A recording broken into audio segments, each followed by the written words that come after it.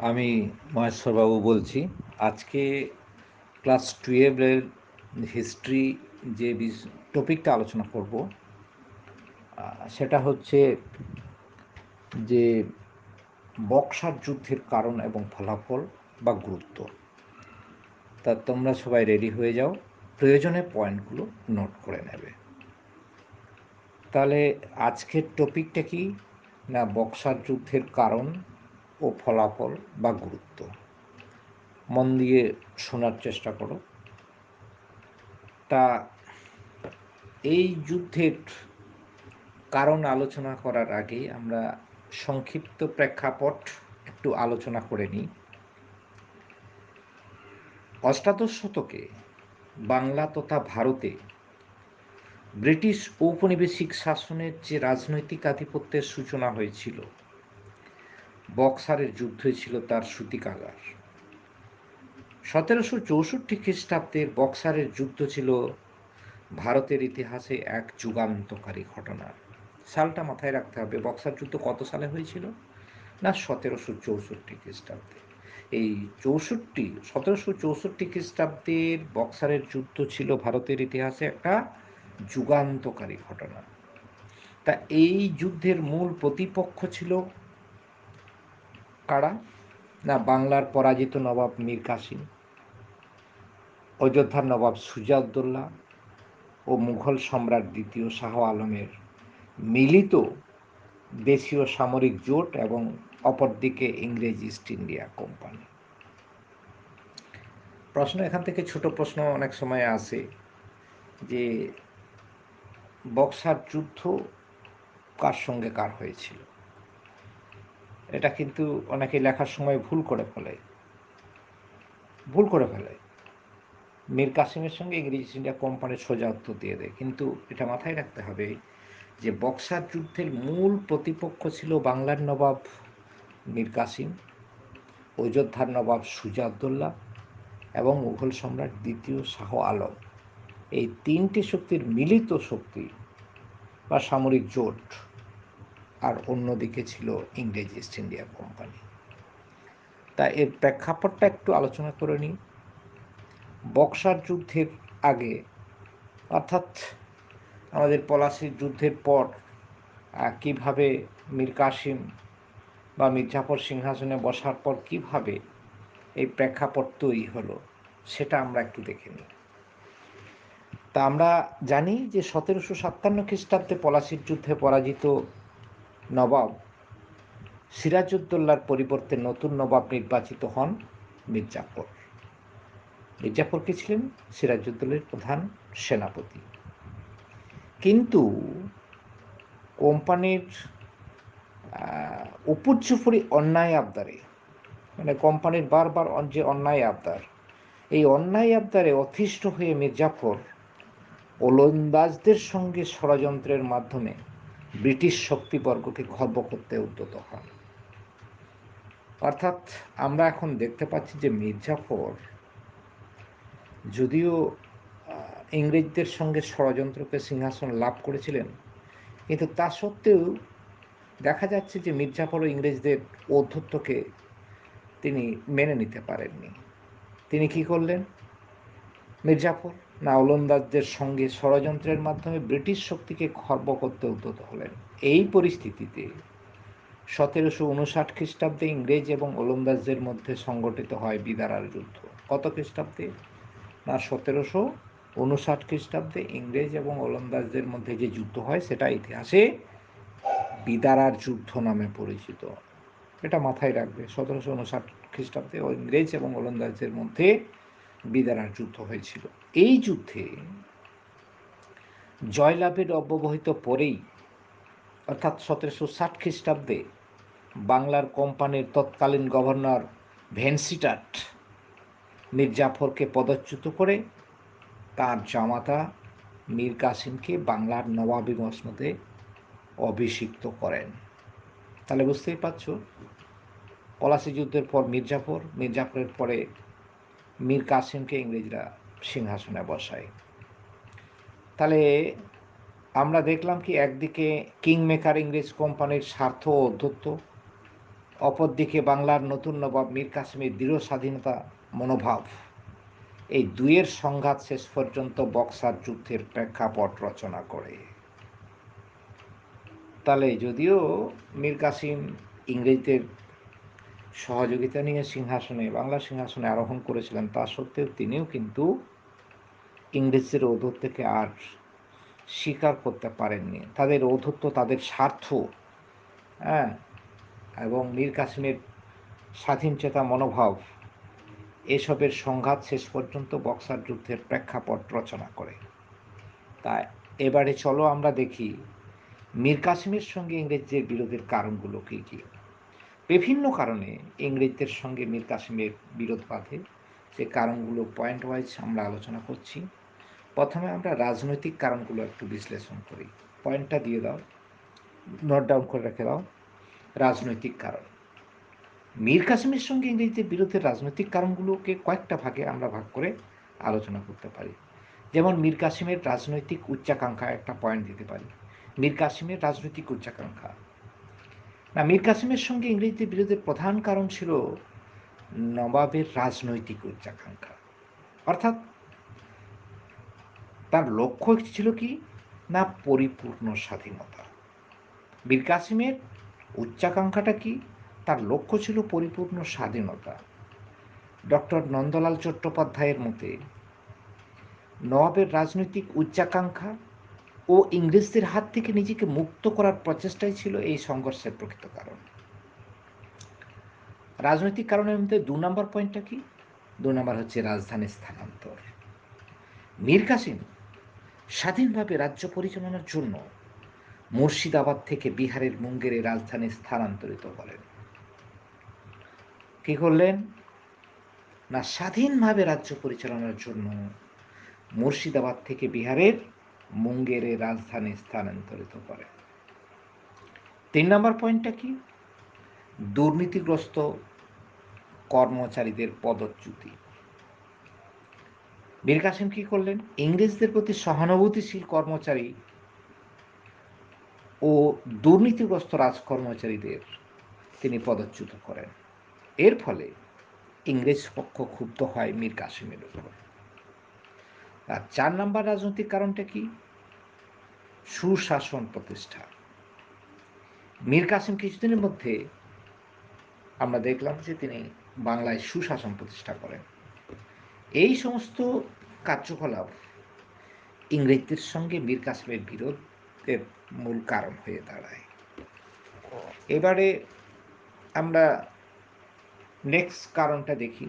রাজনৈতিক কারণের 4টে ভাগ আলোচনা করলাম। এবারে আমরা দেখি দ্বিতীয় কারণটা কি। দ্বিতীয় হচ্ছে সামরিক উদ্যোগ। পয়েন্টটা নোট ডাউন করে নেবে।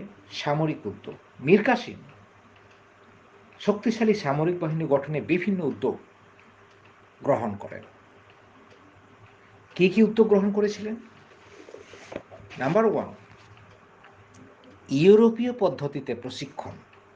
ইউরোপীয় পদ্ধতিতে প্রশিক্ষণ। মীর কাসেম তার সামরিক বাহিনীকে শক্তিশালী করার জন্য মার্কার, জেন্টিল, সমরু নামে 3 জন ইউরোপীয় সেনাপতিকে নিযুক্ত করেন তার সামরিক বাহিনীতে।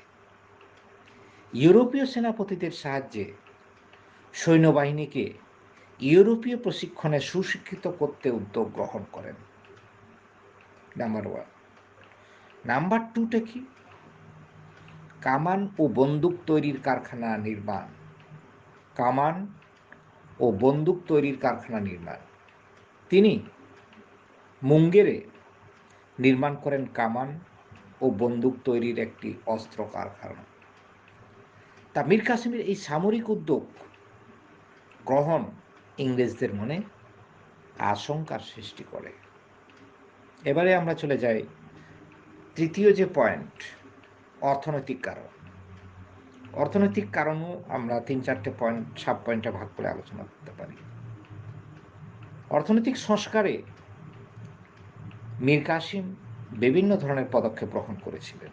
কি কি? নাম্বার 1 হচ্ছে জমিদারদের উপর কর আরোপ। মীর কাসেম জমিদারদের উপর আরোপ করেন বেশ কয়েকটি বাড়তি কর। নাম্বার 2-তে ভূমি রাজস্বের হার বৃদ্ধি। তিনি অর্থাৎ মীর কাসিম 1.5 আনা ভূমি রাজস্বের হার বৃদ্ধি করেন। কত? 1.1-2 বা 1.5 আনা ভূমি রাজস্বের হার বৃদ্ধি করেন। অর্থনৈতিক কারণের দ্বিতীয় সাব পয়েন্টটা কি? দুর্নীতিগ্রস্ত কর্মচারীদের সম্পত্তি বাজেয়াপ্ত। রাজস্ব বিভাগে দুর্নীতিগ্রস্ত কর্মচারীদের পদচ্যুত করেন এবং তাদের সম্পত্তি বাজেয়াপ্ত করেন। অর্থনৈতিক কারণের মধ্যে লাস্ট পয়েন্টটা কি? সাব পয়েন্টটা না, বিদ্রোহী জমিদারদের দমন করেন, দরবারের ব্যয় হ্রাস এবং আলীবর্দী ও মির্জাফর পরিবারের সঞ্চিত অর্থ বলপূর্বক আদায় প্রভৃতি কারণে ইংরেজ সরকার এবং মীর কাসিমের মধ্যে বিরোধের সৃষ্টি হয়। এই সমস্ত কার্যকলাপ ইংরেজদের রুষ্ট করে তোলে। 4 নম্বরে আমরা চলে যাই, প্রত্যক্ষ কারণটা কি? না, প্রত্যক্ষ কারণ ছিল মীর কাসিমের সঙ্গে ইংরেজদের বিরোধের প্রত্যক্ষ কারণ ছিল কি? না, শুল্ক সংক্রান্ত বিবাদ। 1727 খ্রিস্টাব্দে ফারুকশিয়ার এর যে ফরমান, এই ফরমান অনুসারে ইস্ট ইন্ডিয়া কোম্পানি বিনা শুল্কে বাংলায় বাণিজ্য করার ছাড়পত্র পায়, কিন্তু কোম্পানির কর্মচারীরা নিজেদের ব্যক্তিগত বাণিজ্যেও দস্তকের অপব্যবহার করে। ফলে নবাব বঞ্চিত হন শুল্ক থেকে। এই অবস্থায় মীর কাসিম কি করলেন? না, মীর কাসিম আবেদন জানান কোম্পানির কাছে, কিন্তু অবশেষে তিনি ব্যর্থ হয়ে দেশীয় বণিকদের উপর থেকে বাণিজ্যিক শুল্ক তুলে দেন।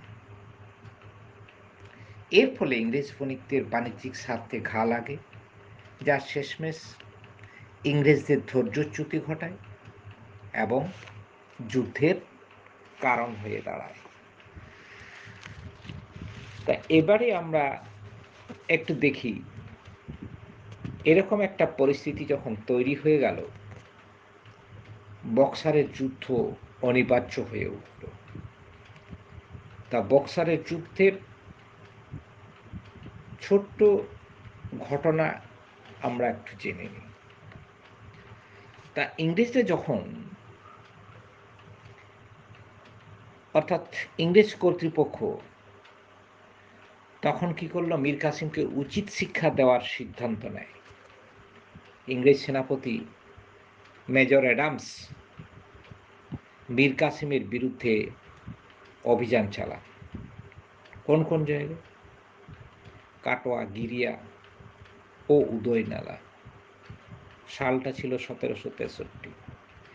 এই পরপর 3টে যুদ্ধে, কাটোয়া, গিরিয়া এবং উদয়নালা, এই 3টে যুদ্ধে মীর কাসিম পরাজিত হয়ে অযোধ্যায় পালিয়ে যান। সেখানে তিনি অযোধ্যার নবাব সুজাউদ্দৌলা, দিল্লির বাদশাহ দ্বিতীয় শাহ আলমের সঙ্গে মিলিত হয়ে ইংরেজদের বিরুদ্ধে যুদ্ধে অবতীর্ণ হন।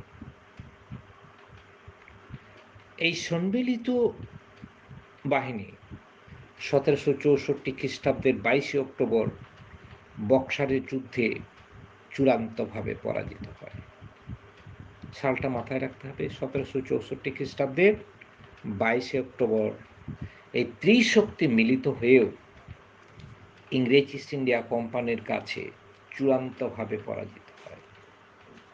এই পরাজয়ের ফলে বাংলার প্রকৃত স্বাধীন নবাবীর অবসান ঘটে এবং ইংরেজদের আধিপত্য এলাহাবাদ পর্যন্ত প্রসারিত হয়।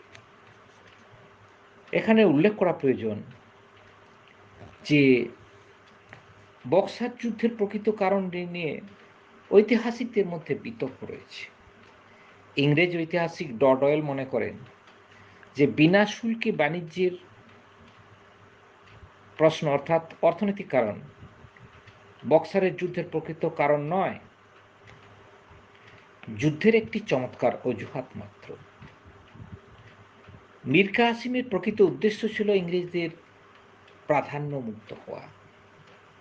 অন্যদিকে ডক্টর নন্দলাল চট্টোপাধ্যায় মনে করেন উভয় পক্ষের বিরোধের মূল কারণ ছিল রাজনৈতিক। অপরদিকে ডক্টর কালীকিঙ্কর দত্ত মনে করেন এই বিরোধের মূল কারণ অর্থনৈতিক। আসলে তখন বাংলায় কোম্পানি ও নবাব এই দুই শাসকের মধ্যে কে প্রাধান্য লাভ করবে সেই প্রশ্ন থেকেই বিরোধ শুরু হয়। তা যাই হোক, আমরা দেখলাম এই বক্সারের যুদ্ধে ইংরেজ ইস্ট ইন্ডিয়া কোম্পানির কাছে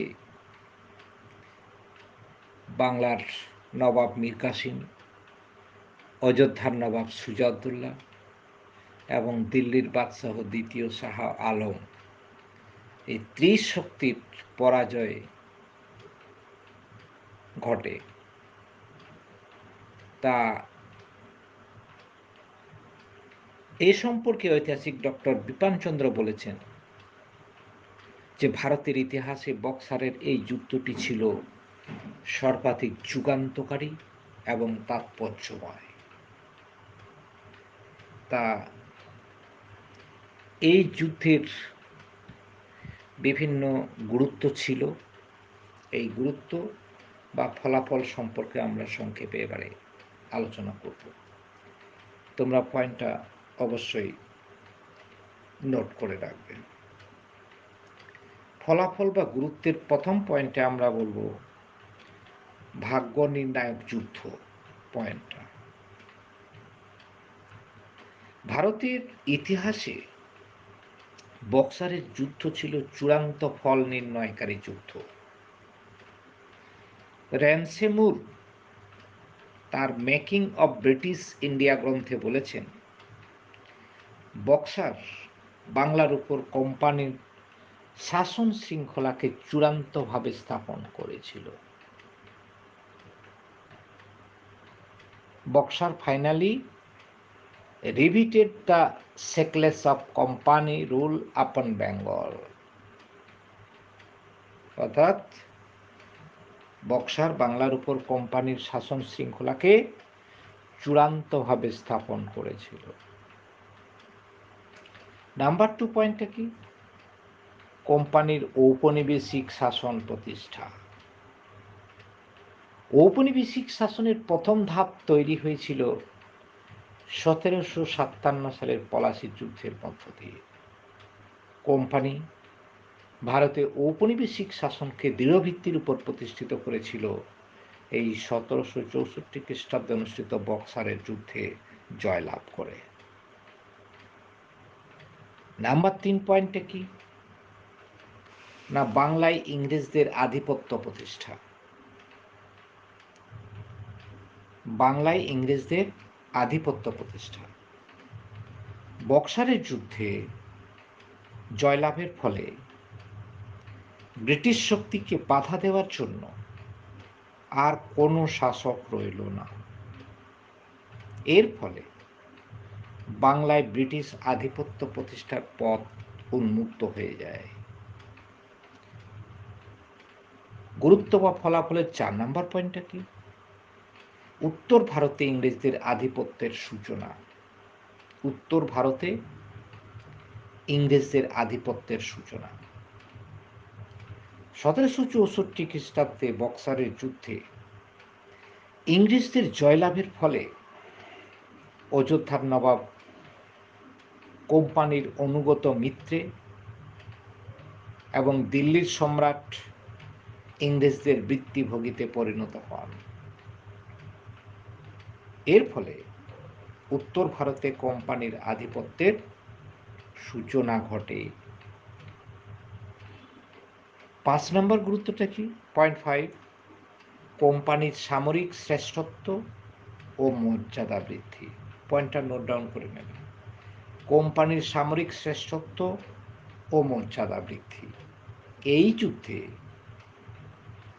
জয়লাভের মধ্য দিয়ে, অর্থাৎ বক্সার যুদ্ধে জয়লাভের মধ্য দিয়ে কোম্পানির সামরিক শ্রেষ্ঠত্ব প্রমাণিত হয়। পাশাপাশি কি দেখলাম, ইংরেজদের মর্যাদাও বৃদ্ধি পায়। পয়েন্ট নাম্বার 6, আর্থিক লুণ্ঠনের সূচনা। আর্থিক লুণ্ঠনের সূচনা। বক্সারের যুদ্ধে জয়লাভের ফলে বাংলার বাণিজ্য ও অর্থনীতি সম্পূর্ণভাবে ইংরেজদের নিয়ন্ত্রণাধীন হয়ে পড়ে। কোম্পানির উচ্চপদস্থ কর্মচারীরা বাংলায় যেভাবে আর্থিক শোষণ শুরু করে তাকে লুঠতরা বললেও খুব একটা ভুল হবে না। অর্থাৎ লুটপাট তারা শুরু করলো, অর্থনৈতিক লুটপাট শুরু করলো ইংরেজ ইস্ট ইন্ডিয়া কোম্পানি। ইংরেজ ইস্ট ইন্ডিয়া কোম্পানি বাংলার নতুন নবাব নজমউদ্দৌলার কাছ থেকে উপঢৌকনের নামে 15 লক্ষ টাকা, যুদ্ধের ক্ষতিপূরণ হিসেবে যোদ্ধার নবাব সুজাউদ্দৌলার কাছ থেকে 50 লক্ষ টাকা আত্মসাৎ করে ইংরেজ ইস্ট ইন্ডিয়া কোম্পানি। তাহলে অর্থনৈতিক দিক থেকে বাংলায় ইংরেজ ইস্ট ইন্ডিয়া কোম্পানি লুটপাট চালায়। আর শেষ পয়েন্টটা বা গুরুত্ব বা ফলাফলটা কি? নাম্বার 7, দেওয়ানি লাভ। এই 1764 খ্রিস্টাব্দের বক্সার যুদ্ধের ফলে আমরা কি দেখলাম? ইংরেজ ইস্ট ইন্ডিয়া কোম্পানি 1765 খ্রিস্টাব্দে দেওয়ানি লাভ করে। দেওয়ানি লাভ করার ফলে বাংলা, বিহার, উড়িষ্যায় বিনা শুল্কে বাণিজ্যের অধিকার লাভ করে। কোম্পানি পরিণত হয় বাংলার প্রকৃত শাসকে। তা বক্সারের যুদ্ধে জয়লাভের পর আমরা কি দেখলাম? ভারতে ব্রিটিশ ঔপনিবেশিক যুগের সূচনা হলো। ঐতিহাসিক বিপানচন্দ্রের মতে this was one of the most decisive battles of Indian history। অর্থাৎ ভারতের ইতিহাসে চূড়ান্ত নির্ণায়ক যুদ্ধগুলির মধ্যে অন্যতম ছিল এই বক্সার যুদ্ধ। তাহলে ঐতিহাসিক বিপানচন্দ্রের মতটা খুবই উল্লেখযোগ্য যে ভারতের ইতিহাসে চূড়ান্ত নির্ণায়ক যুদ্ধগুলির মধ্যে অন্যতম ছিল এই বক্সারের যুদ্ধ। তা আজকে আমরা যে টপিকটা আলোচনা করলাম, বক্সার যুদ্ধের কারণ, ফলাফল বা গুরুত্ব, এটা থেকে 8 নম্বরের প্রশ্ন আসতে পারে। কোশ্চেন হতে পারে এইভাবে, যেমন বক্সার যুদ্ধের প্রধান কারণগুলো কী ছিল, এই যুদ্ধের ফলাফল বা গুরুত্ব সম্পর্কে আলোচনা করো। 4+4 অর্থাৎ 8 নম্বরের এই প্রশ্ন আসতে পারে। আবার এটা ছোট প্রশ্ন, 2 নম্বরেরও অনেক প্রশ্ন এখান থেকে তোমরা পেয়ে যাবে। ছোট প্রশ্ন থাকবে 1 নম্বর 2 নম্বর। তা বড় প্রশ্নটা খাতায় সুন্দর করে লিখে এই পয়েন্টগুলো যেভাবে আলোচনা করলাম সেগুলো নোট ডাউন তোমরা করেছো, পয়েন্টগুলো সেগুলো খাতায় তৈরি করে তোমরা মুখস্থ করে রাখবে এবং না দেখেও লেখার চেষ্টা করবে। ঠিক আছে? দ্যাটস অল, আজ এই পর্যন্ত।